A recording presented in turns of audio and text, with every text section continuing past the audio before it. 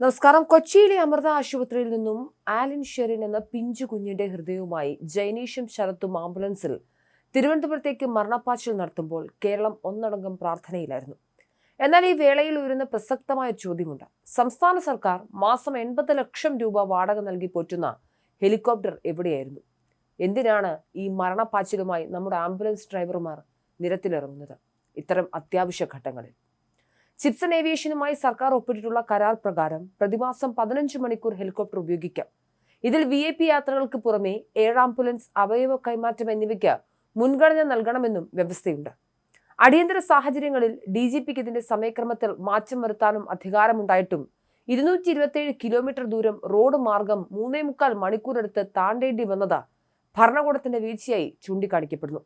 കേരള സർക്കാർ വാടകയ്ക്കെടുത്തിരിക്കുന്ന ഹെലികോപ്റ്ററിന്റെ ഉപയോഗത്തെക്കുറിച്ചും അതിനായി ചെലവാക്കുന്ന തുകയെക്കുറിച്ചും പുറത്തുവരുന്ന കണക്കുകൾ സാമാന്യ ജനത്തെ ഞെട്ടിക്കുന്നതാണ്. വിവരാവകാശ നിയമപ്രകാരം ഉന്നയിക്കപ്പെടുന്ന ചോദ്യങ്ങൾക്ക് മറുപടി നൽകാൻ ആഭ്യന്തര വകുപ്പ് വിമുഖത കാണിക്കുന്നത് ഈ വിഷയത്തിലെ ദുരൂഹത വർദ്ധിപ്പിക്കുന്നു. പ്രതിമാസം 80 ലക്ഷം രൂപയെന്ന ഭീമമായ തുക പൊതു ഖജനാവിൽ നിന്ന് നൽകുന്നത് ഒരു അത്യാധുനിക സേവനത്തിനാണെന്ന് സർക്കാർ അവകാശപ്പെടുമ്പോഴും അതിന്റെ ഗുണഫലം അർഹരായവർക്ക് ലഭിക്കുന്നില്ല എന്നതാണ് പ്രധാന പരാതി.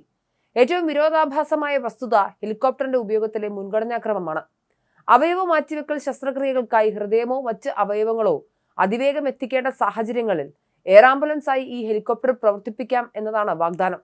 എന്നാൽ കഴിഞ്ഞ 5 വർഷത്തിനിടെ വെറും 6 തവണ മാത്രമാണ് ഇത്തരമൊരു ജീവൻ രക്ഷാ ദൗത്യത്തിനായി ഈ സംവിധാനം പ്രയോജനപ്പെടുത്തിയത്. പിഞ്ചു കുഞ്ഞുങ്ങളുടെ ജീവൻ രക്ഷിക്കാൻ ആംബുലൻസ് ഡ്രൈവർമാർ റോഡിലൂടെ മരണപ്പാച്ചിൽ നടത്തുമ്പോൾ ആകാശത്ത് പറന്നുയരേണ്ട ഹെലികോപ്റ്റർ നിശ്ചലമായിരിക്കുന്നത് ഭരണകൂടത്തിന്റെ മുൻഗണനകൾ എവിടെയാണെന്ന ചോദ്യം ഉയർത്തുന്നുണ്ട്. ഈ ഹെലികോപ്റ്റർ അതിന്റെ കരാർ പ്രകാരം പറന്നാലും ഇല്ലെങ്കിലും മാസം തോറും 80 ലക്ഷം രൂപ വാടകയിനത്തിൽ സർക്കാർ നൽകിക്കൊണ്ടിരിക്കണം. അതായത് ജനങ്ങളുടെ നികുതി പണം കൃത്യമായി കമ്പനിയുടെ അക്കൗണ്ടിൽ എത്തുന്നുണ്ട്. എന്നാൽ ഈ സേവനം ഭൂരിഭാഗം VIP യാത്രകൾക്കും മന്ത്രിമാരുടെ ആവശ്യങ്ങൾക്കും അവരുടെ കുടുംബത്തിന്റെ ആവശ്യത്തിനുമായി പരിമിതപ്പെടുത്തുന്നു എന്ന ആരോപണം ശക്തമാണ്. സാധാരണക്കാരന്റെ അടിയന്തര ആവശ്യങ്ങൾക്കായി നീക്കിവെക്കേണ്ട സമയം VIP ആഡംബരങ്ങൾക്കായി വഴിമാറുമ്പോൾ അത് ജനാധിപത്യ സംവിധാനത്തിന്റെ നീതികേടായി മാറും. മറ്റ് സംസ്ഥാനങ്ങളിലെ വാടക നിരക്കുമായി താരതമ്യം ചെയ്യുമ്പോൾ ഇതിന്റെ സുതാര്യതയും വരും ദിവസങ്ങളിൽ വലിയ ചർച്ചകൾക്ക് വഴിമരുന്നിടും. മഹാരാഷ്ട്ര, ഉത്തർപ്രദേശ്, ഗുജറാത്ത് തുടങ്ങിയ സംസ്ഥാനങ്ങൾ സ്വന്തമായി വിമാനങ്ങളും ഹെലികോപ്റ്ററുകളും സ്വന്തമാക്കിയിട്ടുണ്ട്. വർഷം തോറും കോടിക്കണക്കിന് രൂപ വാടകയിനത്തിൽ സ്വകാര്യ കമ്പനികൾക്ക് നൽകുന്നതിനേക്കാൾ ലാഭകരം സർക്കാർ സ്വന്തമായി ഒരെണ്ണം വാങ്ങുന്നതല്ലേ? ഖജനാവിൽ നിന്നും പണം ചോരുമ്പോഴും എന്തുകൊണ്ടാണ് ഇത്തരം കാര്യങ്ങളിൽ സുതാര്യമായ ഒരു നയം സർക്കാർ സ്വീകരിക്കാത്തത്? വാടക കരാറുകളിലെ ഈ അന്തർ സംസ്ഥാന വ്യത്യാസങ്ങളെക്കുറിച്ചും സമഗ്രമായ അന്വേഷണം നടത്തിയാൽ മാത്രമേ ഭരണകൂടത്തിന്റെ നിസ്സംഗതയ്ക്കും ഖജനാവ് ചോർത്തലിനും പിന്നിലെ യാഥാർത്ഥ്യം പുറത്തുവരൂ. ജേക്കബ് കെ ഫിലിപ്പ് എഴുതുന്ന ഒരു കുറിപ്പുണ്ട്. അത് വളരെ പ്രസക്തമാണ് ഈ അവസ്ഥയിൽ.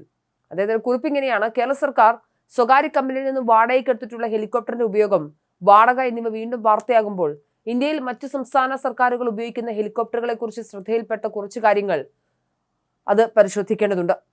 ഒരു മാസം 25 മണിക്കൂർ ഉപയോഗിക്കാൻ കേരളം ചിപ്സൺ ഏവിയേഷന്റെ 6 സീറ്റുള്ള എയർബസ് H135 ഹെലികോപ്റ്ററിന് 80 ലക്ഷം രൂപ വാടക നൽകുമ്പോൾ 6 സീറ്റ് തന്നെയുള്ള ഒരു ഹെലികോപ്റ്റർ 20 മണിക്കൂർ പറത്തുന്നതിന് ബീഹാർ സർക്കാർ സ്യാന്തൻ ഏവിയേഷൻ എന്ന കമ്പനിക്ക് മാസം നൽകുന്നത് 1,06,80,000 രൂപയും നികുതിയുമാണ്. ഹെലികോപ്റ്റർ വിട്ടു നൽകുന്നതിന് മാസം 87 ലക്ഷം രൂപ നിശ്ചിത തുകയും പറക്കുന്ന ഓരോ മണിക്കൂറിനും വേറെ പണവും നൽകണം. ഗുജറാത്ത് സർക്കാരിന് കേന്ദ്ര പൊതുമേഖലാ സ്ഥാപനമായ പവൻ ഹംസ് മാസം 25 മണിക്കൂർ എന്ന വ്യവസ്ഥയിൽ ഹെലികോപ്റ്റർ നൽകുന്നത് 2,69,50,000 രൂപയ്ക്കും ഹെലികോപ്റ്റർ എത്ര സീറ്റുള്ളതാണെന്ന് വ്യക്തമല്ല. 8 സീറ്റാകാനാണ് സാധ്യത. കേരളത്തിൽ നിന്നും കിട്ടുന്നതിനേക്കാൾ കൂടിയ തുകയ്ക്കാണ് നിലവിൽ ആന്ധ്രാപ്രദേശ്, ഒഡീഷ, ബീഹാർ, ഗുജറാത്ത്, മഹാരാഷ്ട്ര എന്നീ സ്റ്റേറ്റുകൾ ഹെലികോപ്റ്ററുകൾ വാടകയ്ക്ക് കൊടുക്കുന്നതെന്നാണ് ചിപ്സൺ ഏവിയേഷൻ തന്നെ പറയുന്നത്. നമ്മുടെ മാധ്യമങ്ങൾക്ക് ചെറിയൊരു സംസ്ഥാനാന്തര അന്വേഷണം തീർച്ചയായും നടത്താവുന്നതാണ്. ഇതിൽ പ്രധാനപ്പെട്ട മറ്റൊരു ചോദ്യം കൂടിയുണ്ട്.